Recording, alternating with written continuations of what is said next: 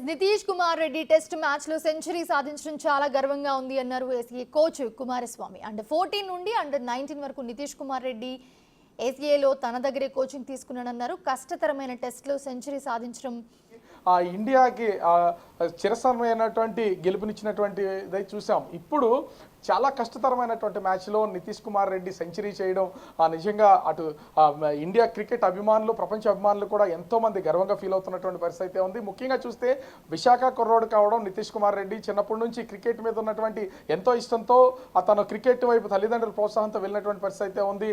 Under 14 ACA నుంచి start చేసినటువంటి తన కెరియర్ అది ఇప్పుడు అటు ఆస్ట్రేలియా జరుగుతున్నటువంటి మ్యాచ్లో కన్న తండ్రి ఎదురుగా గ్యాలరీలో చూస్తూ ఉంటే సెంచరీ సాధించడం అనేది గర్వంగా చెప్పుకోవాలి. ముఖ్యంగా ఏసీఏ కోచ్ కుమారస్వామి ప్రస్తుతం మనతో ఉన్నారు. ఆయన అండర్ 14 నుంచి అండర్ 19 వరకు తన దగ్గరే కోచింగ్ తీసుకున్నారంటే ఏ ఏజ్లో మీ దగ్గర అంటే తను వచ్చేటప్పటికి ఏజ్ ఎంత?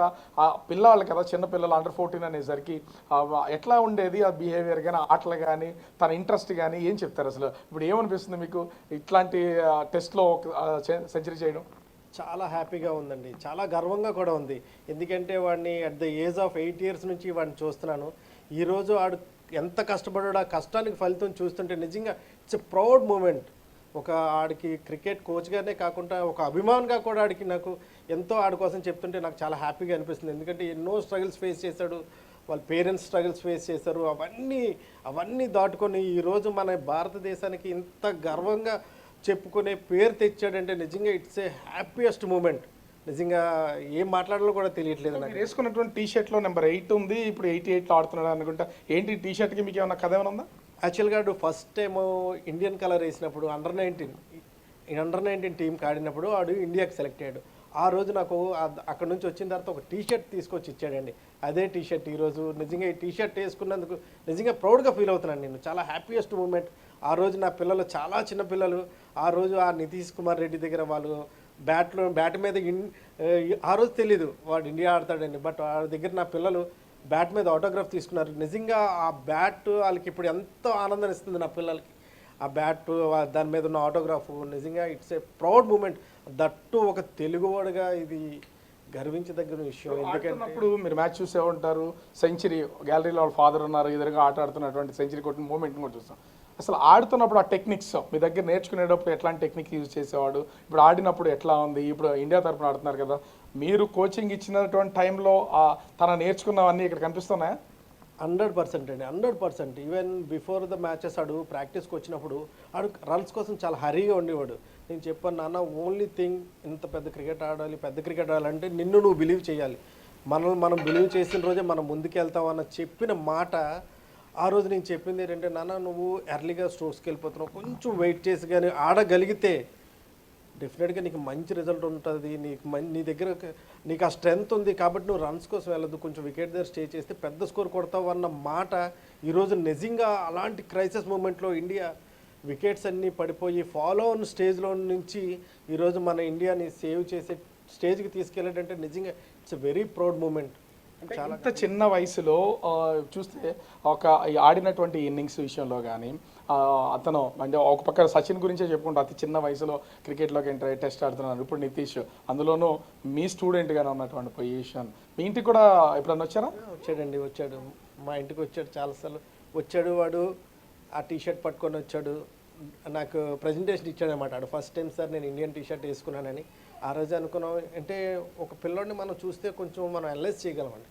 దట్టు ఈ కోచింగ్ ఫీల్డ్లో ఏంటంటే ఎవరు ఏంటి, ఎవరి స్ట్రెంత్ ఏంటి, ఎవరి వీక్నెస్ ఏంటి తెలుస్తుంది. ఆ రోజే మేము అనుకున్నాను, గెస్ట్ చేశాను. చాలా మంది కోచింగ్ తీసుకునేటప్పుడు కూడా కొంత ఫైనాన్షియల్గా ఇబ్బంది పడడమో లేకపోతే సెలెక్ట్ అవ్వట్లేదని వెళ్ళిపోతూ ఉంటారు. అట్లాంటి నిరుత్సాహం కానీ కొంచెం ఇబ్బంది పడినటువంటి సిచ్యువేషన్స్లో ఏమన్నా తను మీతో చెప్పడం, చూడడం ఇలాంటివి ఏమైనా ఉన్నాయా? ఇవాళ ఈ స్థాయికి ఎదిగాడంటే దాని వెనక చాలా కష్టం ఉంటుంది కదా.